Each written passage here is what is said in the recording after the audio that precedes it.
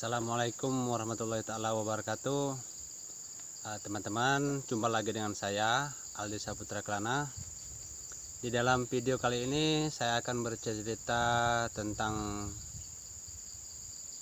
kehidupan saya dan pengalaman hidup. Langsung aja teman-teman ya. Kalau saya itu pernah mengalami mati. Jadi begini ceritanya. Dulu semasa saya masih berumur 16 tahun dan ibu saya itu baru melahirkan ya. Hari Senin ibu saya melahirkan adik saya yang paling kecil, dan hari Selasanya saya mau pergi ke pasar belanja lah untuk keperluan bahan dapur. Karena berhubung ibu saya itu baru melahirkan adik saya yang paling kecil, jadi di rumah itu yang ada laki-laki cuma saya, dan waktu itu bapak saya ke Malaysia. Nah, dia merantau ke Malaysia, jadi sayalah yang menjaga ibu saya yang membantunya di rumah, dan saya juga yang menyiapkan segala pekerjaan yang ada di rumah. Jadi singkat ceritanya, pada waktu itu saya pergi ke pasar belanja. Jadi saya itu naik sepeda ya teman-teman.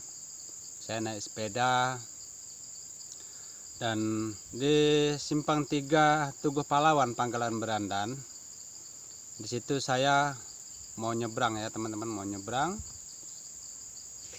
Saya lihat kanan ke kiri itu mobil kendaraan semua udah nggak ada. Tapi di situ pula saya nyebrang. Begitu saya nyebrang sampai di tengah, ada pula sepeda motor menabrak saya gitu kan. Tapi itu dari depan, ban sepeda saya yang depan itu ditabrak oleh motor tadi, sepeda motor tadi sekuatnya. Lalu singkat ceritanya saya pun terhempas. Jadi kepala saya ini terhempas aspal, ataupun aspal lah yang jelasnya. Itu dari atas sepeda sampai ke aspal, itu kepala saya itu membal itu ya teman-teman, sekuatnya langsung duduk. Nah begitu saya sudah duduk itu, saya cuma satu yang saya ingat, saya takut ada truk lewat di depan saya, ataupun takutlah gitu kan, takut ditabrak sama truk kalau ada truk tiba-tiba gitu. Jadi saya lari ke pinggir, ke bawah Tugu Pahlawan itu ya, di Pangkalan Berandan. Pas saya di bawah patung Tugu itu tadi, di bawah tombaknya itu, di situ saya pingsan. Setelah saya pingsan, saya pun sadar di rumah sakit. Setelah saya sadar, saya di rumah sakit, saya pun langsung bangun itu ya teman-teman. Kepala itu rasa sakit. Awalnya saya tuh merasa baik-baik aja gitu kan. Jadi begitu saya bangun, saya ingin mau buang dahak gitu. Setelah itu saya muntah itu ya, semuanya keluar lah, yang ada dalam perut itu semuanya keluar. Isi perut macam sarapan pagi gitu kan, itu keluar semua. Jadi saya pun langsung tergeletak dan saya nggak bisa bangun lagi. Singkat ceritanya, saya pun dirawat lah di rumah sakit selama 1 minggu. Nah, jadi setelah 1 minggu saya di rumah sakit, sebelum 1 minggunya itu kan 2 hari 2 malam, mau malam ketiganya saya tuh. Nah disitulah hari keduanya ada seorang ibu-ibu separuh baya. Dia sakit lever, jadi oleh dokter ditaruhlah dia di ruangan istimewa gitu kan. Kalau di Berandan itu kan ada juga itu namanya Rumah Sakit Manik, ataupun Rumah Sakit Pak Manik lah di Pangkalan Berandan. Sekarang mungkin orangnya udah meninggal. Jadi dia ibu-ibu itu ditaruh di sebelah di rumah sakit itu, di kamar rumah sakit yang istimewa, dia nangis itu. Maksudnya dibilang nangis itu gimana ya, dia udah nggak tahan, macam panas lah karena dia akan sakit lever. Jadi singkat ceritanya, dia ibu-ibu tadi ditaruhlah di sebelah saya, sudah ditaruh di sebelah saya dalam jarak 2 meter ataupun 2,5 meter gitu, atau kurang lebih lah gitu kan. Jadi pada sore itu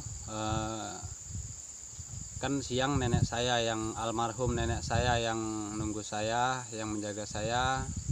Jadi pada sore harinya sampai ke pagi itu paman saya yang menjaga saya. Nah di situ ada 5 orang tuh, saya ingat ya. Paman saya ada 4 orang, teman saya ada 1 orang. Ya teman saya itu biasa dipanggil namanya Boiman, ataupun biasa kami panggil yang kecil itu Rebo lah gitu kan. Jadi singkat ceritanya, pada sore itu saya merasa tidur, tapi saya nggak tidur gitu. Ini seluruh badan saya ini berat dan napas, rasa nggak bisa bernapas lah gitu kan. Saya macam nggak bisa bernapas. Urat-urat ini macam rasa dicabutin, kulit-kulit badan kita ini terasa macam disayat-sayat ataupun macam dikuliti lah gitu kan. Ya Allah, betul-betul sakit rasanya. Saya mengalami itu. Pada masa itu saya minta tolong sama siapa juga nggak ada yang bisa mendengarkan saya. Dan paman saya itu saya lihat cuman dia melihat saja. Yang saya jadi buat masa itu ya, kejadian itu, saya kan katakanlah paman saya di sebelah saya itu sebelah kanan. Jadi di sebelah kanan itu paman saya mau pegang mereka itu macam udah nggak bisa kesentuh lagi gitu. Kenapa ini nggak bisa nyentuh mereka gitu. Tapi di dalam keadaan sakit itu, ini dari seluruh badan ini ya, dari ujung rambut sampai ujung kaki itu rasanya sakit, betul-betul menyakitkan. Urat macam dicabut, napas macam ya macam gimana ya, macam ditarik ulur gitu kan. Jadi terasa yang betul-betul sakit banget. Jadi pada masa itu kan saya nggak tahu itu ya, itu kenapa dan mengapa. Nah jadi setelah saya mengalami itu di sebelah kiri saya itu hanya ada bayangan putih hitam itu di sebelah kiri saya. Jadi tiba-tiba saya itu serasa udah nggak bisa napas. Lalu saya itu ya mengalami macam alam tuh gelap sekali, cukup gelap. Itu saya alami cukup lama gitu. Saya nggak tahu itu alam apa namanya, tapi yang jelas gelap, betul-betul gelap. Nah setelah lama, sekian lamanya itu macam ya, pokoknya saya rasakan itu lama lah. Setelah gelap ke alam itu, tiba-tiba saya tuh masuk ke alam yang lain. Alam itu ya seperti di langit gitu kan. Tempat itu putih bersih. Nah saya pun di sana saya tuh macam orang bingung ya, katakan bingung ya macam orang linglung lah gitu kan. Jadi waktu itu saya tuh cuma bingung. Saya berpikir tadi saya di rumah sakit gitu kan, sekarang di mana gitu. Jadi saya cuma melihat kanan kiri itu banyak sekali tuh ya teman-teman. Macam saya lihat tuh banyak orang yang terikut angin gitulah kan, terbang angin gitu. Di situ pun saya berpikir kenapa mereka ini bisa terikut angin gitu. Saya cuman yang saya pegang waktu itu ada sebuah macam tiang gitu, tapi macam bukan tiang gitu kan. Ya saya pun kurang ngerti lah itu apa, yang jelas seperti tiang putih itu yang saya untuk pegangan saya lah gitu. Jadi tidak lama kemudian datanglah seseorang di sebelah saya. Nah, di situ dia mengatakan kepada saya, ya, dia mengatakan, kenapa kamu di sini? Lalu saya menjawab, ya saya pun tidak tahu kenapa saya ada di sini. Jadi lalu dia mengatakan lagi, kamu kan belum waktunya. Jadi saya juga bertanya, belum waktunya apa? Ya, ini bukan di alam manusia lagi. Jadi kamu itu belum waktunya untuk meninggalkan dunia. Yang saya lihat di sana itu seperti banyak betul itu ya, penduduk langit, banyak betul itu. Mereka merasa gimana ya, gembira gitu. Waktu saya datang itu macam seperti disambut, tapi jauh sepertinya gitu. Jadi dari situ ya, sosok tadi tuh dia mengatakan, coba kamu ingat ibu kamu baru saja melahirkan. Nah, kasihan dia, tidak ada yang menolongnya, yang membantunya. Jadi yang sosok tadi ini mengatakan kepada saya, pulanglah kamu sebelum terlambat, tugas kamu belum selesai. Jadi di situ kan orang ini tadi mengatakan, saya tidak tahu itu siapalah gitu kan. Jadi dia mengatakan, teruskanlah berbakti kepada ibumu dan hormatilah ibumu seperti yang kamu kerjakan selama ini, gitulah kan. Jadi saya berpikir di situ, kenapa dia tahu kalau ibu saya itu baru melahirkan gitu kan. Dari mana dia tahu kalau bahwasanya ibu saya itu baru melahirkan, dan dari mana dia tahu kalau saya itu yang membantu ibu saya dari mulai ibu saya itu ditinggalkan oleh bapak saya itu ke Malaysia, saya di rumah terus jaga ibu saya gitu kan, ke ladang, ke sawah, ya macam-macam lah. Dulu kan kalau masak itu kan pakai kayu, jadi saya cari kayu, ya semua pekerjaan itu saya yang mengerjakannya sampai ibu saya tuh hamilnya udah besar ya, sampai melahirkan. Di situ pun semuanya saya yang mengerjakan segala pekerjaan yang ada gitu kan, saya bantu ibu saya. Jadi singkat ceritanya itu, dari mana dia tahu gitu kan, saya pun merasa heran, dari mana orang ini tahu kalau saya tuh yang melakukan istilah katanya ya membantu ibu saya gitu kan, menolong ibu saya. Dan dari mana dia tahu kalau ibu saya itu baru melahirkan.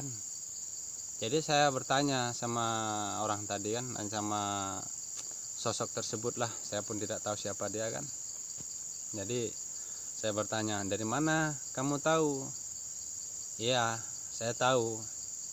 Dan teruskan saja untuk berbakti kepada ibumu, karena penduduk langit inilah yang akan senang dan gembira menyambut setiap makhluk, setiap manusia yang berbakti kepada orang tuanya dan kepada ibu yang paling utama. Jadi di situ saya pun berpikir, yalah saya mau kembali, tapi saya nggak tahu jalan gitu kan. Saya nggak tahu jalan untuk kembali gitu kan, untuk kembali yang seperti dibilang tadi, suruh kembali sebelum terlambat. Jadi dia pun mengatakan, marilah biar saya tolong katanya kan. Begitu macam dia sentuh gitu aja, langsung gelap lah gitu, gelap banget. Nah, saya mengalami gelap itu bukan sebentar ya teman-teman, macam lama banget gitu kan. Jadi begitu saya sadar, singkat ceritanya itu saya sadar, saya tarik napas sedalam-dalamnya, saya narik napas. Saya cuma mengucapkan ya istighfar dan 2 kalimat syahadat, asyhadu alla ilaha illallah wa asyhadu anna muhammadar rasulullah. Berkali-kali saya istighfar dan saya bersahadat, berkali-kali saya itu istighfar dan saya mengucapkan syahadat. Nah, disitulah setelah saya sadar itu saya macam orang bingung. Nah di situ saya berpikir tadi di mana gitu kan, sekarang di mana gitu. Jadi yang saya pikirkan itu tadi siapa gitu. Saya berpikir tadi di mana, tapi itulah yang saya alami. Nah, tapi pada waktu itu setelah saya sadar itu, paman saya itu terkejut gitu kan. Karena paman saya tadi baru dari sebelah, ibu-ibu yang sakit yang yang ditaruh di sebelah saya tadi dalam jarak 2,5 meter ataupun 2 meter lah gitu kurang lebih. Jadi paman saya tuh terkejut lihat saya, karena saya tuh tarik nafas sedalam-dalamnya, terus saya macam orang terkejut gitu kan. Jadi saya ditanya sama paman saya, kenapa kenapa gitu kan. Nah jadi saya cuman ya nggak jawab, saya nggak ada jawab itu pertanyaan paman saya tadi kenapa itu, saya nggak ada jawab dia. Saya cuman ada rasa marah, karena gimana ya, sewaktu saya tadi merasakan sakit, saya ngerasakan tidak bisa bernapas, saya minta tolong, rasanya saya menjerit, nggak ada yang dengar gitu kan. Saya sentuh mereka nggak bisa itu. Jadi setelah saya diam itu, lalu paman saya mengatakan, ibu yang di sebelah kamu itu udah meninggal gitu. Jadi saya lihat di sebelah, begitu saya lihat di sebelah kiri saya tuh, saya ngucap lagi dan saya istighfar dan saya ucap 2 kalimat syahadat. Lalu saya sudah berpikir, memang saya tadi kan udah jumpa juga sama ibu itu di sana gitu. Saya jumpa ibu itu di sana. Jadi saya ambil kesimpulannya tadi, jadi saya tadi udah mati gitu kan. Jadi teman-teman ya, setelah itu saya mengalami itu tadi, saya lihat ibu itu meninggal, dan saya pun di sana jumpa juga sama ibu itu gitu. Jadi disitulah saya baru sadar bahwasanya kalau saya itu udah mengalami mati gitu. Buat teman-teman saya minta maaf karena inilah yang saya alami. Setelah saya mengalami itu tadi, lalu esok kemudian harinya itu saya ngomonglah sama paman saya kan panggil paman saya kan Pak Le ya, kalau orang Jawa itu Pak Le. Pak Le, semalam aku itu udah mati, tapi aku kenapa hidup lagi gitu kan. Jadi setelah itu paman saya pun berkata lah, nggak boleh ngomong kayak gitu. Lalu saya berkata sama paman saya, betul Pak Le, saya udah mati semalam, aku udah mati, tapi aku dikasih kesempatan lagi untuk hidup. Nah begitulah teman-teman. Oke teman-teman, cerita untuk hari ini cukup sekian dulu. Kita sambung untuk video selanjutnya. Dan saya berpesan buat teman-teman, buat saudara-saudariku semua, berbaktilah kepada ibu kita, buatlah dia merasa hatinya senang. Nah, karena yang saya tahu itu yang saya alami ya, jika kita berbakti kepada ibu kita, kita berbakti dan membuat ibu kita senang, kelak kalau kita meninggal itu penduduk langit yang paling senang menyambut kita. Nah, saya waktu itu cuman sampai di situ dulu, karena kan waktu saya mengalami mati itu saya belum sempat dikatakan ya dikebumikan, itu memang belum sempat gitu kan. Karena kan saya sadar itu, waktu saya sadar saya kan masih di rumah sakit gitu. Oke teman-teman ya, sekian dulu cerita saya dan pengalaman hidup saya. Kita lanjut dan kita sambung lagi di video berikutnya dan di video selanjutnya. Masih banyak cerita pengalaman hidup saya itu yang jadi bilang gak masuk di akal gitu kan ya, tapi memang itulah yang saya alami. Sekian dulu dari saya, Aldi Saputra Kana. Mohon maaf lahir dan batin jika ada salah dan silap saya dalam video ini dan kata-kata saya yang kurang baik ataupun yang kurang berkenan dalam hati teman-teman dan saudara-saudariku sekalian. Sekali lagi saya mohon maaf. Sekian dari saya. Assalamualaikum warahmatullahi wabarakatuh. Jangan lupa like, share dan subscribe ya, buat teman-teman. Jika ada pertanyaan apa-apa yang dipertanyakan oleh teman-teman, silahkan komentar di bawah. Nanti saya akan jawab di video yang selanjutnya.